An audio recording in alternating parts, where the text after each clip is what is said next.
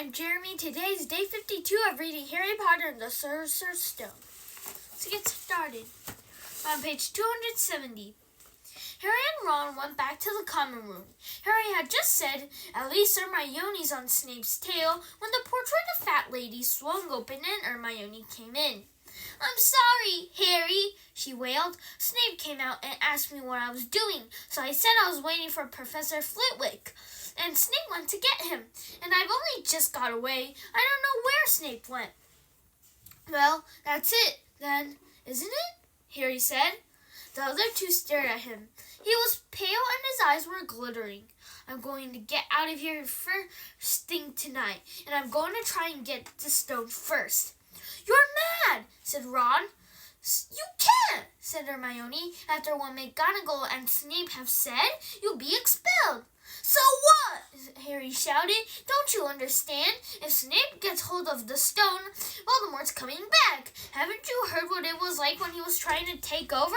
There won't be any Hogwarts to expel from. He'll flatten it or turn it into a school for dark arts. Losing points doesn't matter anymore. Can't you see? Do you think he'll leave you and your families alone if Gryffindor wins the House Cup?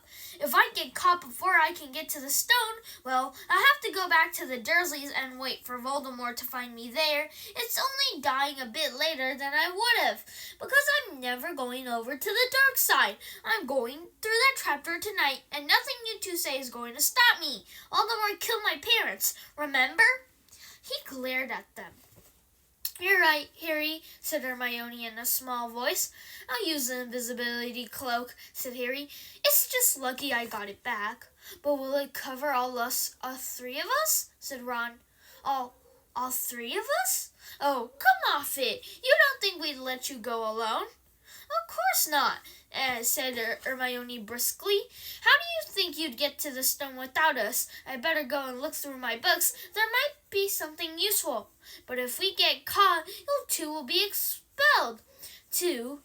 "Not if I can help it," said Hermione grimly. "Flitwick told me in secret that I got 112% on his exam. They're not throwing me out after that." After dinner, the three of them sat nervously apart in the common room. No one bothered them. None of the Gryffindors had anything to say to Harry anymore. After all, this was the first night he hadn't been upset by it. Hermione was skimming through all her notes, hoping to come across one of the enchantments they were about to try to break. Harry and Ron didn't talk much. Both of them were thinking about what they were about to do. Slowly, the room emptied as people drifted off to bed. "Better get the cloak," Ron muttered as Lee Jordan finally left. Stretching and yawning, Harry ran upstairs to the dark dormitory. He pulled out the cloak, and then his eyes fell on the flute Hagrid had given him for Christmas. He pocketed it to use on Fluffy. He didn't feel much like singing. He ran back down to the common room. "We better put the cloak on here and make sure it covers all three of us. If Filch spots one of our feet wandering along on its own—" "What are you doing?" said a voice from the corner of the room. Neville appeared from behind an armchair, clutching Trevor the Toad, who looked as though he'd been making another bid for freedom. "Nothing, Neville, nothing," said Harry, hurriedly putting the cloak behind his back. Neville stared at their guilty faces. "You're going out again," he said. No, said Hermione. "No, we're not. Why don't you go to bed, Neville?"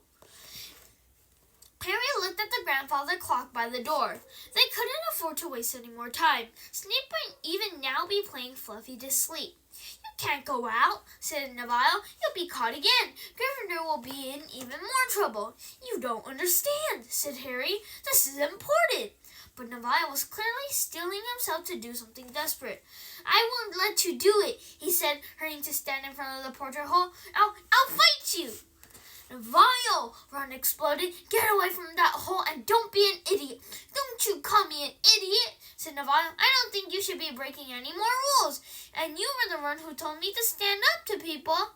"Yes, but not to us," said Ron in exasperation. "Neville, you don't know what you're doing." He took a step forward and Neville dropped Trevor the Toad, who leapt out of sight. "Go on, try and hit me," said Neville, raising his fist. "I'm ready." Harry turned to Hermione. "Do something," he said desperately. Hermione stepped forward. "Neville," she said, "I'm really, really sorry about this." She raised her wand. "Petrificus totalis," she cried, pointing it at Neville. Neville's arm snapped to its sides. His legs sprang together, his whole body rigid. He swayed where he stood and then fell flat on the floor, on his face, stiff as a board. Hermione ran to turn him over. Neville's jaws were jammed together so he couldn't speak. Only his eyes were moving, looking at them in horror. "What have you done to him?" Harry whispered. "It's the full-body bind," said Hermione miserably. "Oh, Neville, I'm so sorry." "We had to, Neville. No time to explain," said Harry. "You'll understand later, Neville," said Ron, as he stepped over him and pulled on the invisibility cloak. But leaving Neville lying motionless on the floor didn't feel like a very good omen. In their nervous state, every statue's shadow looked like Filch. Every distant breath of wind sounded like peas swooping down on them. At the first set of stairs, they spotted Mrs. Norris skulking near the top. "Oh, let's just kick her, just this once," Ron whispered in Harry's ear. But Harry shook his head. As they climbed carefully around her, Mrs. Norris turned her lamp-like eyes on them, but didn't do anything. They didn't meet anyone else until they reached the staircase up to the third floor. Peeves was bobbing halfway up, loosening the carpet so that people would trip. "Who's there?" he said suddenly as they climbed toward him. He narrowed his wicked black eyes. "Know you're there, even I can't see you. Are you a goalie or a ghosty or a wee student beastie?" He rose up in the air and floated there squinting at them. "Should call Filch. I should, if something's a-creeping around unseen."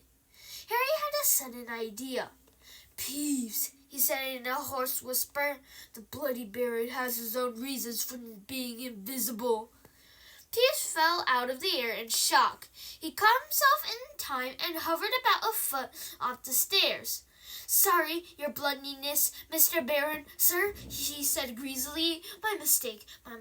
I didn't see you. Of course I didn't. You're invisible. Forgive old Peevesy for his joke." "Sir, I have business here, Peeves," croaked Harry. "Stay away from this place tonight." "I will, sir. I most certainly will," said Peeves, rising up in the air again. "Hope your business goes well, Baron. I'll not bother you." And he scooted off. Thank you, everyone. That's all for today. Bye. See you tomorrow.